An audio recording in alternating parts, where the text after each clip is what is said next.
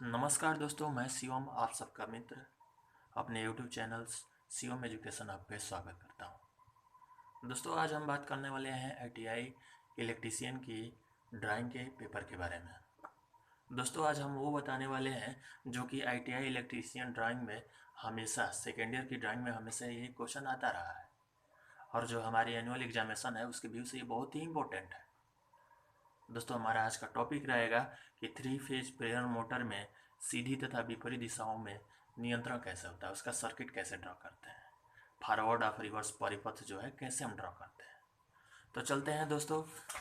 बताने से पहले एक बात हम ये अवश्य कहना चाहूँगा कि यदि दोस्तों हमको हमारा वीडियो आपको थोड़ा भी अच्छा लगे, आपको ऐसा फील हो कि हाँ ये भाई ने मेहनत किया है, तो प्लीज़ इस हमारे चैनल को सब्सक्राइब कीजिएगा। तो चलते हैं बिना समय वेस्ट किए अपने सीधे टॉपिक पे बात करते हैं। तो हमारा आज का टॉपिक है दोस्तों कि थ्री फेज प्रेरण मोटर की सीधी तथा विपरीत दिशाओं में नियंत्रण। पहले तो हम ये जान लेते हैं कि थ्री फेज प्रेरण मोटर में सीधी और विपरीत दिशाओं में नियंत्रण करने की आवश्यकता क्या होती है। तो ये दोस्तों याद रखिएगा कि थ्री फेज प्रेरण मोटर में जो होती है, कभी कभी मोटर को कभी सीधा चलाना पड़ता है, कभी अपोजिट साइड में चलाना चाहता पड़ता है, विपरीत दिशा में चलाना पड़ता है। लेकिन क्यों, इसका उपयोग कब होता है? तो इसका उपयोग फ्रेंड्स जो है लिफ्ट में होता है, क्रेन में होता है, सरफेस ग्राउंडर में होता है। जहाँ दोनों दिशाओं में चलाना आवश्यक होता है वहाँ पे हम थ्री फेज इंडक्शन प्रेरण मोटर में फॉरवर्ड और रिवर्स परिपथ का जो है सर्कुलेशन करते हैं। ये जो है सर्किट ड्रॉ करते हैं, सर्किट बनाते हैं। इसी सर्किट के द्वारा जो है हम ये अपनी कार्य व्यवस्था बनाते हैं उसको। अब देखिए, जैसे कि दोस्तों लिफ्ट है, तो लिफ्ट में हमको स्वचालित वो लिफ्ट है, उसमें ऊपर भी लाना है नीचे भी आना है।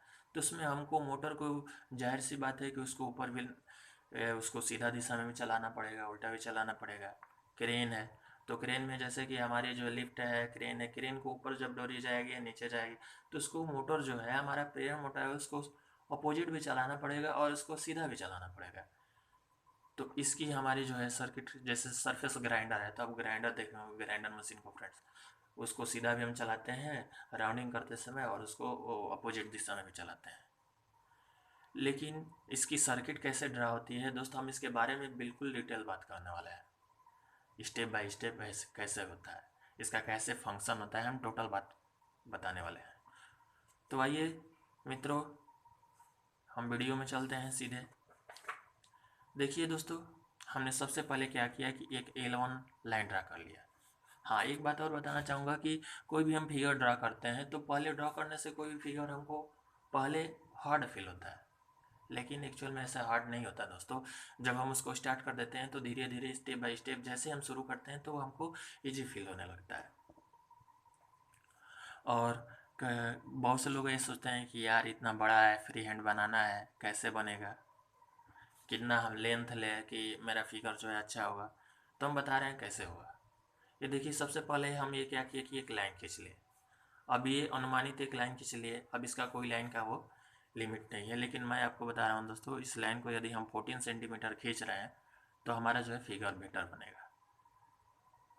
उसके बाद हमारा ये लाइन ये L1 हो गया। हमने इस पर क्या किया कि लास्ट से जो है पॉइंट जो है 1 2 3 4 5 ऐसे 5 जो है हम क्या किए पॉइंट रख लिए। ठीक है, और ये लास्ट से हम क्या करेंगे कि एक एक सेंटीमीटर पर डेढ़ डेढ़ सेंटीमीटर पर हमने एक पॉइंट रख लिया, 1 से लेकर और 5 तक। उसके बाद हमने क्या किया दोस्तों कि सेकेंड लाइन को ड्रॉ किया, L2 को ड्रॉ किया। तो L2 को ड्रॉ करते समय ये हमारी जो लाइन है दोस्तों, ये हमारी जो है 6 सेंटीमीटर हम लिया है। और फिर उसके बाद हमने L3 को ड्रॉ किया, तो ये लाइन जो हमने भी इसको भी 6 सेंटीमीटर, क्योंकि आपको ये दिख रहा है कि दोनों इक्वल है। आगे बात करते हैं दोस्तों, ये वाली है, तो इसको हमने वर्टिकल ड्रॉ कर लिया। ये फिर ये हम 3 सेंटीमीटर, ये 2 सेंटीमीटर, 2.5 सेंटीमीटर और 1 सेंटीमीटर का ये लाइन हम ड्रा कर दिए। फिर ऐसे करते करते हमने ये यहाँ पे एक ITCP जो है एक स्विच हमने यहाँ पे ड्रॉ किया, फिर यहाँ पे ड्रॉ किया, और फिर ऐसे करके हम यहाँ पे एक इंडक्शन मोटर का जो है सिंबल होता है हम उसको ड्रॉ कर दिए।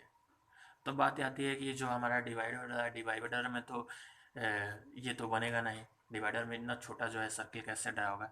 तो मैं दोस्तों मैं आप लोगों को ये सलाह दूंगा कि आप जो है मास्टर स्केल का यूज कीजिए।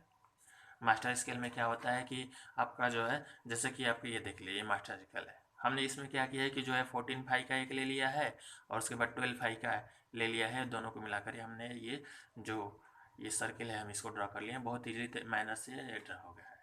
ठीक है दोस्तों, वैसे ही हमारा इधर का है।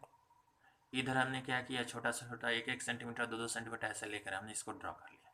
ठीक है, उसके बाद जो हमने ये कुंजी है ये हमारे ये कंडक्टर है K1 और ये कंडक्टर K2 है। ठीक है दोस्तों, अब हम ऐसे जो है इस फिगर को ड्रॉ कर लेंगे। ठीक है, अब हमें बता रहे हैं कि ये फंक्शन कैसे करता है, कार्य कैसे करता है। ध्यान दीजिए दोस्तों, पहले तो इसका इंट्रोडक्शन दे रहे हैं। ये हमारा जिसको K1 और K2 ये नाम दिया गया है, ये हमारा कॉन्ट्रैक्टर है। ठीक है, और ये हमारे ये आप पढ़े होंगे, ये जो सिंबल आपको दिखाई दे रहा है 3 फेज मोटर का ये सिंबल है। और ये जो हमारे ITCP जो है स्विच है ये है। ठीक है, और उसके बाद जो भी है ये शॉर्ट ओपन है।